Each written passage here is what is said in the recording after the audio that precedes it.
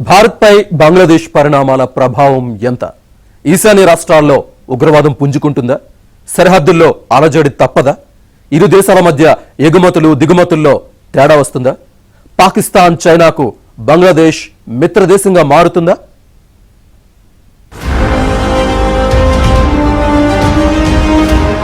బంగ్లాదేశ్ మాజీ ప్రధాని షేక్ హసీనాకు భారత్తో సుదీర్ఘ సంబంధాలున్నాయి. ప్రధాని కాకముందు ఆమె 6 ఏళ్లు మన దేశంలోనే ఆశ్రయం పొందారు. 2009లో బంగ్లాదేశ్ ప్రధానిగా బాధ్యతలు చేపట్టాక షేక్ హసీనా భారత్తో సన్నిహిత సంబంధాలు కొనసాగిస్తున్నారు. చాలా సందర్భాలలో భారత్ వ్యతిరేకులు బంగ్లాదేశ్లో రెచ్చగొట్టే వ్యాఖ్యలను ఆమె తిప్పికొట్టారు.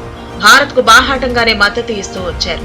మన్మోహన్ సింగ్ ప్రధానిగా ఉన్న కాలం నుంచే షేక్ హసీనా భారత్తో సంబంధ బాంధవ్యాలు కొనసాగిస్తున్నారు. మోదీ ప్రధాని అయ్యాక బంగ్లా బంధం మరింత పటిష్టవంతమైంది. అటు బంగ్లాదేశ్ ను చైనా, పాకిస్తాన్ ఎంతగా భారత్ పై ఉసిగొల్పినా భారత్కే మద్దతు ఇస్తూ వస్తోంది బంగ్లాదేశ్. పెట్టుబడుల విషయంలో బంగ్లాదేశ్ కు భారత్ అండగా ఉంటూ వస్తోంది. 2 ఏళ్ల క్రితం మహమ్మారి కరోనా వచ్చి దాదాపు అన్ని దేశాలు అతలాకుతలమైన సందర్భంలోనూ బంగ్లాదేశ్ కు భారత్ వ్యాక్సిన్లు పంపిణీ చేసే మానవతను చాటుకుంది. పాకిస్తాన్ శత్రుదేశంగా చూసేదే కానీ బంగ్లాదేశ్ ను మాత్రం భారత్ ఎప్పుడూ మిత్రదేశంగానే భావిస్తూ వస్తోంది. అయితే షేక్ హసీనా ఎప్పుడైతే దేశం విడిచి పారిపోయారో బంగ్లాదేశ్ సైన్యం ఆధీనంలోకి వెళ్లిపోవడంతో పాకిస్తాన్ కుట్ర కూడా ఉందని భావిస్తున్నారు. ఖలీదా జియా లాంటి వారు ప్రధానైతే మాత్రం భారత్ బంగ్లాదేశ్ సంబంధాలు దెబ్బతినే అవకాశం ఉంది.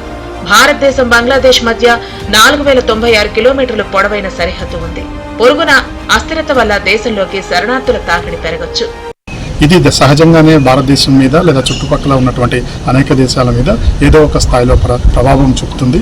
ఎందుకంటే భారతదేశంలోకి, ముఖ్యంగా బెంగాల్లోకి లేదా నార్త్ ఈస్టర్న్ స్టేట్స్లోకి బంగ్లాదేశ్ నుంచి శరణార్థులుగా వచ్చేటువంటి అనేక మంది పేద ప్రజలు, ముస్లిమ్స్ ఉంటారు. అలాంటి అవకాశం అక్కడ అశాంతి నెలకొంటే, ఒకవేళ రాష్ట్రపతి పరిపాలన వస్తే, ఒకవేళ సైన్యమే అధికారాన్ని తీసుకున్నట్టు ఈ రోజు ఉన్న పరిణామాలను మనం గమనిస్తే సైన్యమే అధికారంలోకి తీసుకున్నటువంటి, అధికారం చేతిలోకి తీసుకున్నటువంటి పరిస్థితి కనపడుతుంది. కాబట్టి సహజంగానే భారతదేశంలోకి శరణార్థులు వచ్చే అవకాశం ఉంటుంది. భారతదేశం మీద కూడా ఈ ప్రభావం పరోక్షంగానే పడేటువంటి అవకాశం ఉంటుంది. భారత్ బంగ్లాదేశ్ మధ్య స్వేచ్ఛ వాణిజ్య ఒప్పందం అమల్లో ఉంది. కొత్త ప్రభుత్వంలో దీనికి విఘాతం కలిగే అవకాశమూ ఉంది. ఉపఖండంలో భారత్ కు అతిపెద్ద వాణిజ్య భాగస్వామి భారత్. ఆసియా ఖండం పరంగా చూస్తే ఎక్కువ వ్యాపారం చేస్తున్నది బంగ్లాదేశ్ తోనే. ఇరు దేశాల మధ్య 2023-24 ఆర్థిక సంవత్సరంలో $13 బిలియన్ వ్యాపారం జరిగింది. భారత్ నుంచి 34.9% పత్తి బంగ్లాదేశ్ కు ఎగుమతవుతోంది. ఇండియాకు అత్యధికంగా వస్త్రాలు ఎగుమతి చేస్తున్న దేశం బంగ్లాదేశ్. ఇటీవల కాలంలో ఇరు దేశాల మధ్య వాణిజ్యం అనేక రెట్లు పెరిగింది. అయితే ఈ వాణిజ్యంపై పెద్దగా ప్రభావం ఉండకపోవచ్చని అంటున్నారు విశ్లేషకులు. తీసుకుంటే గౌరవం పెరుగుతుంది భారతదేశానికి. ఇప్పుడు ఉన్న గవర్నమెంట్ తో మనకి ఏమి ఇబ్బంది లేదు. అక్కడ వాళ్ళతో పెద్ద మనకి సంబంధాలు క్లోజ్ గా లేవు కాబట్టి భారతదేశం మీద పూర్తిగా బంగ్లాదేశ్ ఆధారపడి ఉన్నది. నదుల గురించి ఆధారపడి ఉన్నది. ఎలక్ట్రిసిటీ ఇస్తున్నాం, రైల్వే ట్రాన్స్పోర్ట్ ఇస్తున్నాం. వాళ్ళ ఎగుమతంతా 70% మనమే కొంటున్నాం. సో తప్పకుండా భారత ప్రభుత్వం ఈ ఓనింగ్ మర్యాదగా ఫస్ట్ ఇవ్వటం, ఓ డెలిగేషన్ పంపాలి, అక్కడికి ఓ పార్లమెంటరీ డెలిగేషన్ పంపాలి. పంపాక మళ్ళీ తర్వాత ఇది స్టిఫ్ చేయాలి. చేయకపోతే అలా జరుగుతాయి, లోకు చేస్తారు, అది మారుకుంటుంది అని భావిస్తాను. భారత్ బంగ్లాదేశ్ మధ్య రైలు, రోడ్డు, షిప్పింగ్ కనెక్టివిటీ బాగా పెరిగింది. షేక్ హసీనా రాజీనామాతో ఈశాన్య రాష్ట్రాల్లో చైనా జోక్యం పెరిగే అవకాశం ఉంది. బంగ్లాదేశ్ నిరసనల్లో చైనా జోక్యం కూడా ఉందని భావిస్తున్నారు. ఈశాన్య రాష్ట్రాల్లో పట్టు కోసం డ్రాగన్ కంట్రీ ఎప్పటి నుంచో ప్రయత్నిస్తోంది. ఈశాన్య రాష్ట్రాల్లో తీవ్రవాద కార్యకలాపాలు పెరిగే ప్రమాదం కూడా ఉంది. భారత్ కేంద్రంగా పనిచేసే ఉగ్ర సంస్థలపై దాడులు చేయించారు షేక్ హసీనా. మరి కొత్త ప్రభుత్వం ఆ పని చేస్తుందో లేదో చెప్పలేని పరిస్థితి వచ్చింది. ఏమిటంటే ఇమీడియట్ గా భారత ప్రభుత్వం ఏమన్నారంటే కొత్త ప్రభుత్వంతో కూడా మనకేం ప్రాబ్లం లేదు, ఆల్రెడీ మాట్లాడాం.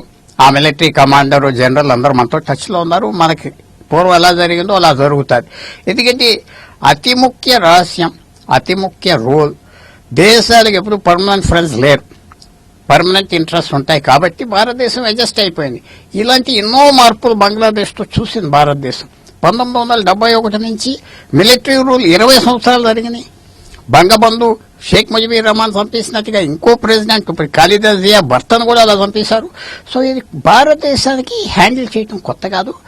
మనకి ఎలా జరుగుతుందో అలా జరుగుతాయి. కొన్ని తేడాలు ఉండొచ్చు. భారతదేశానికి పెద్ద ప్రమాదం కూడా ఏం లేదు. మనకి కాంట్రడిక్షన్స్, ఈ తేడాలు మేనేజ్ చేయటం బాగా తెలుసు కాబట్టి మన డిప్లొమాట్స్ కి ఏమి ఇబ్బంది ఉండదని నేను భావిస్తున్నాను. ఆ దేశాలు కూడా ఆమెకి ఎక్కడికో వెళ్ళటానికి స్థలం ఇవ్వండి, సేఫ్ గా బంగ్లాదేశ్ నుంచి పంపించేయాలి. అక్కడ ఆమె మీద ఏమన్నా జరిగితే ఇంకా గొడవలు వస్తాయి, ఇతర దేశాలు అందరూ మనల్ని ఖండిస్తారు. అందువల్ల ఆమెను పంపించడానికి ఈ రూట్ మ్యాప్ కూడా తీసుకున్నందుకు వాళ్ళేం బాధపడరు, వాళ్లే పంపించారు, ఇక్కడ నుంచి వెళ్ళిపోతుంది గొడవ లేకుండా.